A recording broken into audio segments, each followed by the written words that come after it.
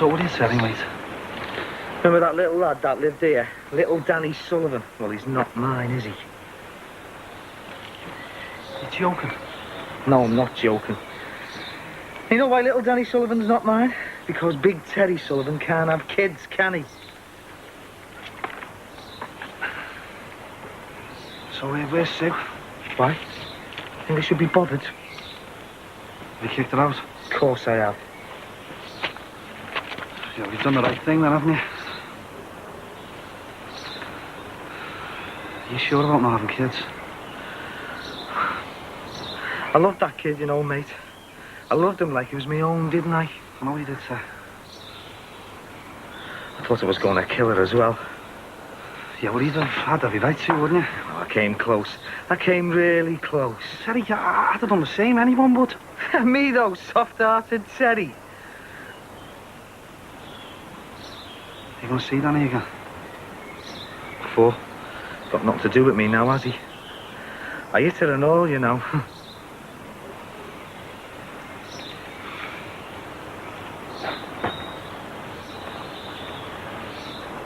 Did she admit it? Not at first, but she did in the end. But she deserved it then, didn't she? You don't hit women, no, do you? Teddy, don't worry about it, innit? She deserved it. Oh, I really loved her, you know. And when you love someone like that, you think you can trust them, can't you? And they turn around and they've been lying in your face all the time.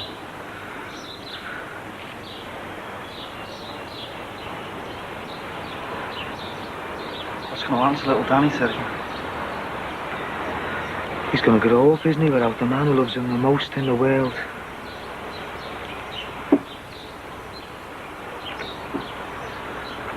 And the worst thing is I'm missing him already. You're bound to, aren't you? If I see him again, if I ever did see him again, it would crucify me.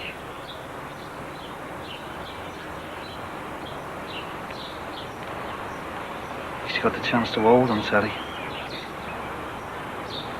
Even if he wasn't yours.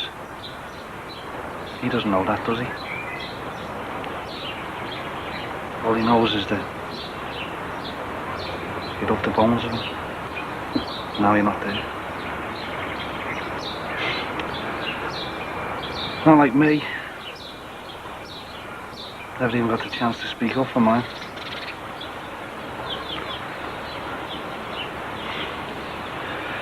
There he was going out of nothing. For a few weeks. Next thing, bang. He's gone. Poor there. Could have been a little girl. Never know now, will I?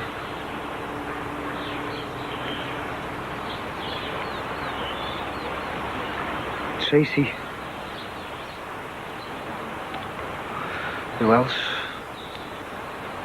I haven't seen her looking ill. I haven't seen her laid up or anything. No, you won't, will you? Because she's hard. Because she wants to make it seem like she's just missed a bus or something, sir. I suppose it makes it easier for her. I want to say I'm sorry. But it doesn't sound enough, does it?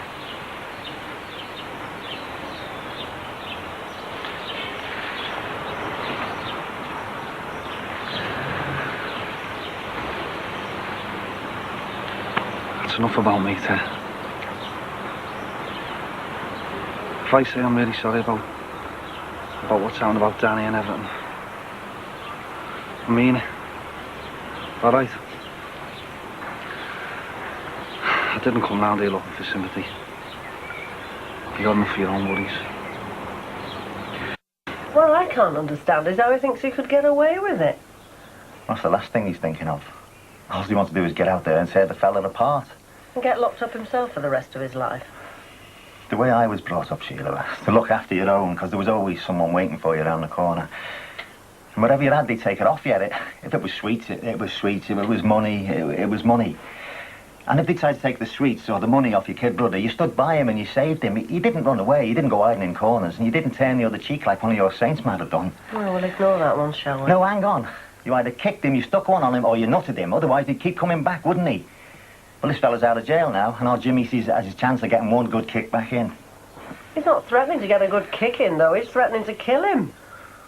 You can't blame him for that, can you? It's all he knows. It was the way he was brought up. You're not exactly throwing yourself under a bus to stop him either, are you? Because I was brought up the same way, wasn't I? Oh, come on, Billy. We all went to the school of hard knocks. How do you think I feel, Shirley? You know, in here. How many nightmares do you think I had before they caught him? How many nights do you think I sat awake waiting for him to come after me before I went after him? Everyone used to go on about how hard the Cork Hills were, Sheila. But look at me. I'm sat here on me fat bum. Well, that no-market is walking around, breathing the air. Our Frankie never lived to breathe. How am I supposed to feel when I see him standing there in front of me, laughing at me? This fella killed me brother.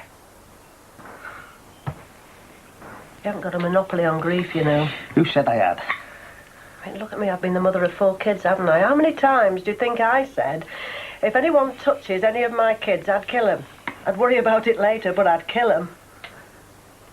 What did I do when our Damon died? I cried. And then I stopped crying and I got on with it. I got on with my life.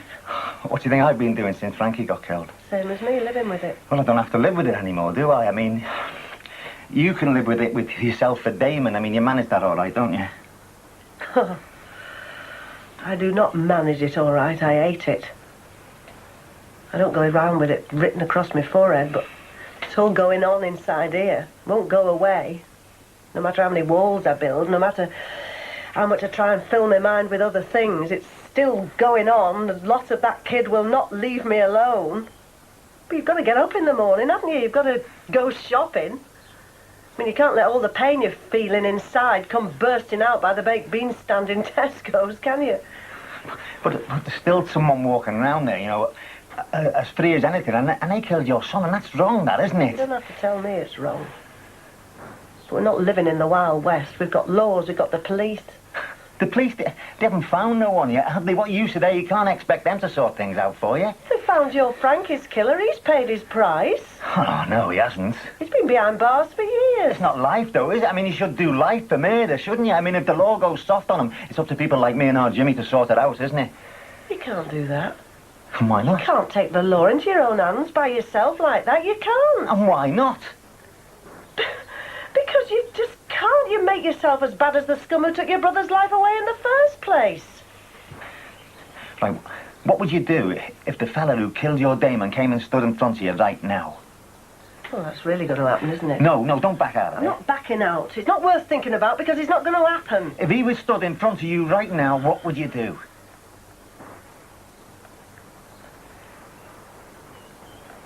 I'd want to kill him. There you go. That's how I feel, isn't I said it? I'd want to kill him. I didn't say I would kill him. Well, you feel exactly the same way as me, though, don't Yes!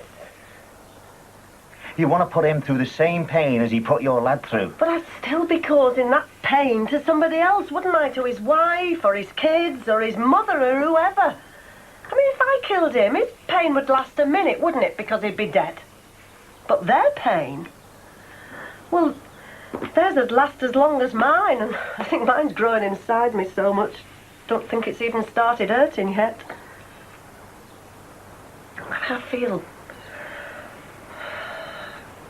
like when I'm old and grey and sitting in my rocking chair in the window, I'll still be waiting for him to walk up the path. I'll still be waiting for him to come through the door. I'll still be waiting for him to bring his bag of dirty washing round. That's how I feel.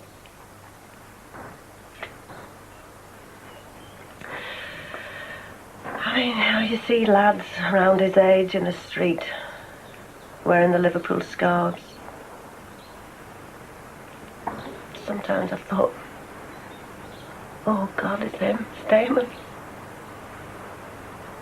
And afterwards, you know it's only your mind playing tricks because you so wanted it to be him. So desperately wanted it to be him.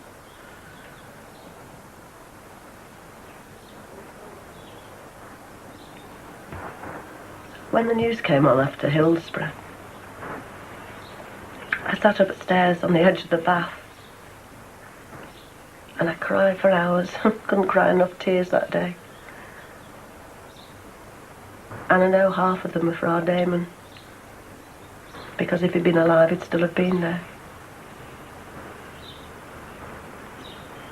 I know he died a stupid death. But at least he was spared the tragedy those other families had to go through. When we went to Anfield and we walked past the cop, for all those flowers and scarves and things, I could see him standing there. He pointed out his spec to me so many times on Match of the Day. And I thought, well, he might have died a long way from home. I mean, he might have died a long way from his mates.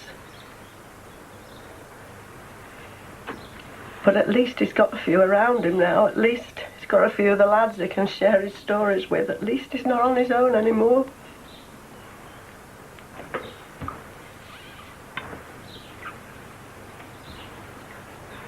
You've just got to accept it. It's happened. You loved them dry and now they've gone.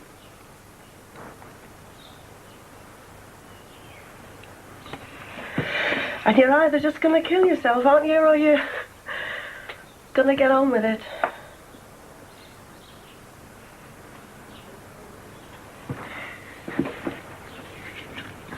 It's hard, isn't it? It's hard.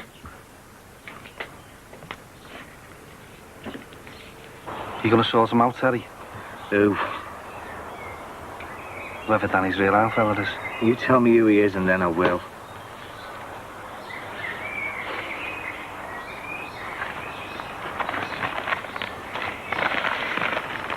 What happened to your window? I put a milk bottle through it.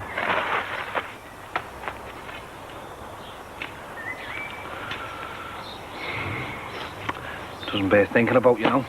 What? Well, I'm just trying to think.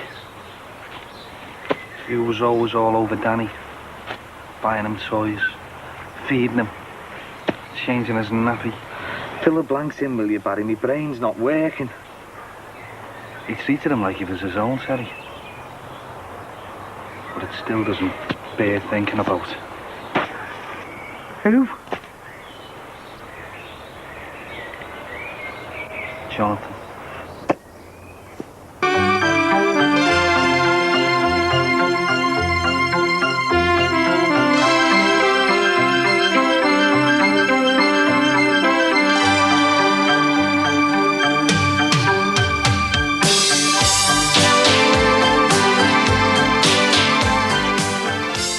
Animal rescue next, and firefighters struggle to save two dogs stuck on a cliff near a busy freeway.